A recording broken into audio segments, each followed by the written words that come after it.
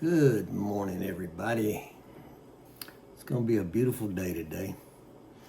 Why most men fail at fitness after 50 and how to fix it.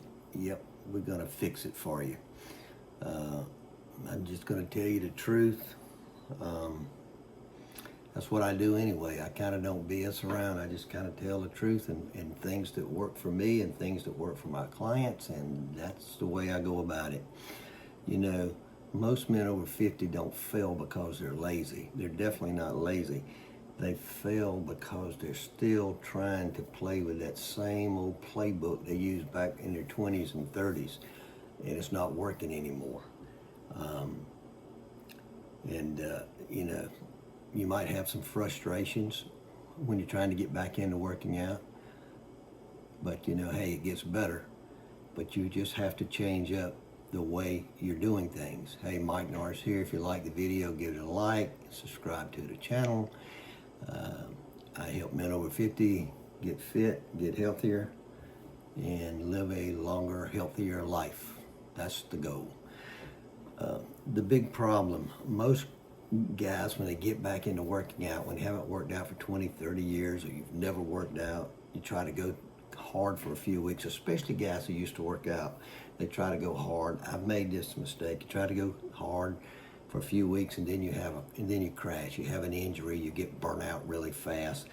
Little injuries, especially joint injuries, are a big cause of people getting setbacks and quitting again. And the reason is, most of the time you're built following plans that were built for younger bodies, and their bodies recover faster, and you set unrealistic goals. You know, back in the day, I'm looking at all the muscle magazines. I think I got several boxes of them out there in storage shed. Still got them. I wonder if they're worth any money. Muscle magazines from 30 years ago. Most of, you see those plans and you try them. They weren't for me then, and they are not for me now. As a matter of fact, most of the bodybuilders I now know, they didn't even work out like that. That's just articles they wrote, and they got paid to put their pictures in the magazines. They didn't really work out like that. Those programs just don't work for you because it's not tailored to you. It's not tailored to a man over 50. Your body, and another problem is, your body has changed. You're over 50, but your mindset hasn't changed when you're in the weight room or when you're strength training at home, wherever. Your mindset hadn't changed, so you're working out like you're 25, 20, 30 years old.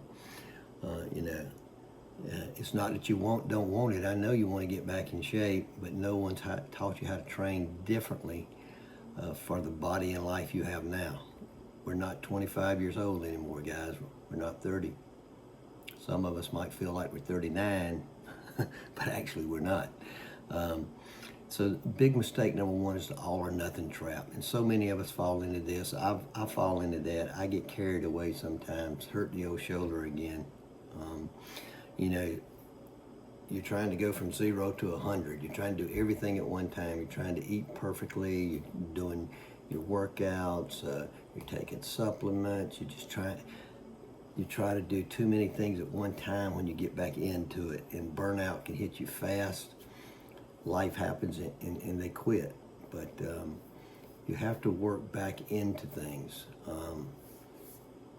I don't say that you can't do a couple things at one time. You should do a couple things at one time. It's, getting in shape, losing weight. There's a lot to it. There's a lot to it, building muscle, and but you kind of got to phase it in. You can't do everything in one day, although some people try to. And you don't need to do it. You don't need to do everything. You just need to do the right things consistently, long enough, and you'll get the body you want. Mistake number two: people chasing youth, not function. And I just said this a minute ago. You try to lift like you did in your prime. I'm sorry, but you can't do that. You got to lower those weights. Don't lower the sets, not as many sets, and maybe not as many reps, or surely not as many reps. You have to start off and build back up to it, and it doesn't take long. Things come back pretty quickly, but you need to spend some months Lower your expectations and spend some months working back into it. Train for real strength, guys. Mobility, stamina, joint-friendly movements. I can't emphasize that enough. Joint-friendly movements. Because guess what? Nobody cares what you can bench now. You're 65. You're trying to bench 300 pounds. Nobody really cares. Nobody really cares. Maybe it's a mind thing in your head. What the people around you, your family, they care about. You can hike with them, walk up a hill, tote the groceries, play with your grandkids, tote your grandkids, do the things around the house you need to do. That's what people care about. That's what you want your strength to be. You're able to go on vacations and walk and do. You know, the trip I got to Vietnam, there are people wanting to back out of it. A week before we go, I was in the group last night. I'm scared of this heat in Vietnam. I started laughing. You know, I grew up in South Carolina. I've lived in Panama for a year. I lived in Mexico. I went to Iraq for 2 years. Growing up in South Carolina, heat and humidity are a way of life. People are wanting to back out because I don't know if I'm going to be able to do all this walking. And of course, the people who kind of in charge of the group said, you don't have to do a lot of walking, actually, unless you want to. We got a couple planned things we're going to see, there's some different things in Vietnam, but you don't have to really do that if you don't want to. But people are talking about backing. I just can't do this. I can't deal with heat. I'm thinking, where are you from? The Arctic Circle? You can't deal with heat? There are a lot of Europeans going on this thing, so maybe that's it. Mistake number 3, neglecting recovery.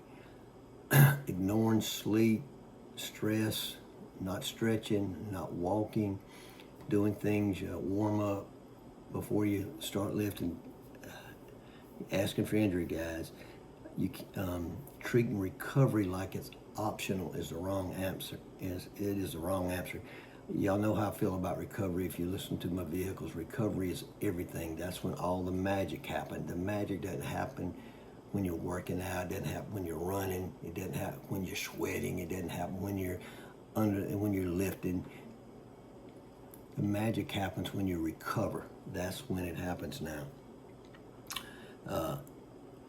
And you're not weak because you need more recovery. You're wise because of it. More recovery means you're being wise.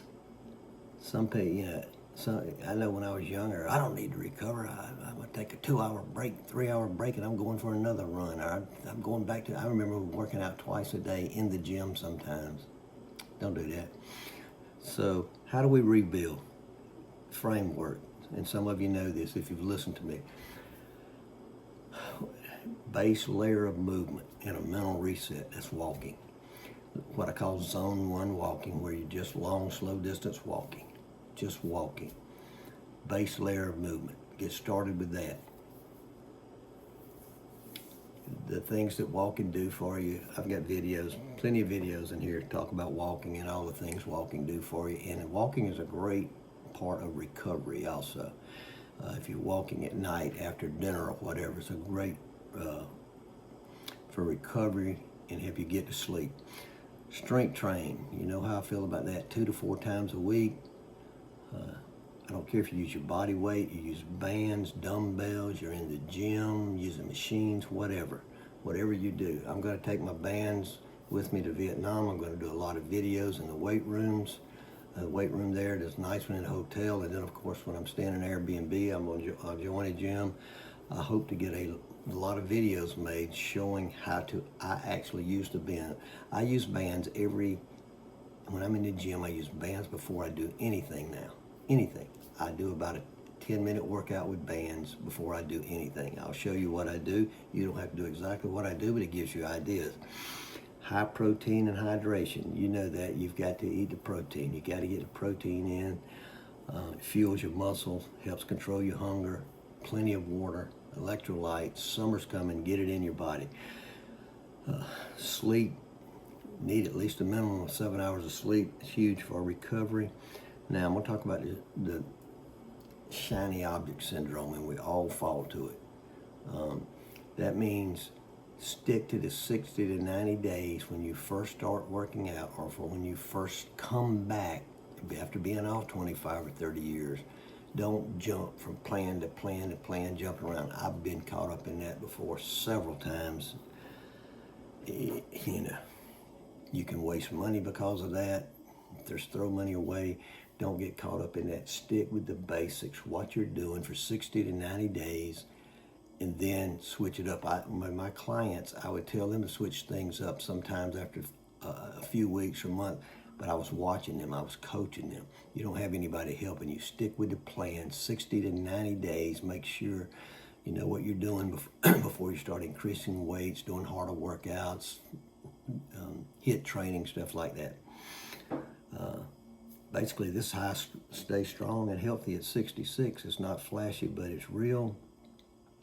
I talked about I've tried a lot of different things that wasted my time, that I shouldn't have tried. Some stupid supplements that I wasted money on that were totally worthless. I remember I bought a bottle of weight loss, some kind of pills, ephedra or something for like 35 bucks. I forget, it wasn't ephedra. I forget what it was. It didn't work. Total waste of my money. What does work was walking in nature. When I started doing that, and I really changed my mindset. It changed the way I thought about things. I spent a lot of time thinking, and I spent a lot of time in recovery. So I stopped trying to be who I was when I was 25, 30, 35 years old. And now I'm building who I need to be next, who I need to be at 75. 66 now, I'm looking at 75. But you know, if you've been stuck, tired, constantly starting over because of injuries and different things, this is your moment. This is the time you go smarter, not harder. Go smarter, not harder, guys. That's all I have for you. Please leave comments below. Let me know what's the hardest part of staying consistent with your training over the age of 50. If you like the video, give it a like. Subscribe to the channel if you're new. Share it with somebody if you want to, but please leave me your comments. I love the comments I'm getting, and I answer everyone. If I skip one, I'm sorry. I go through them. I'm starting to get a lot of comments. We'll talk to you later.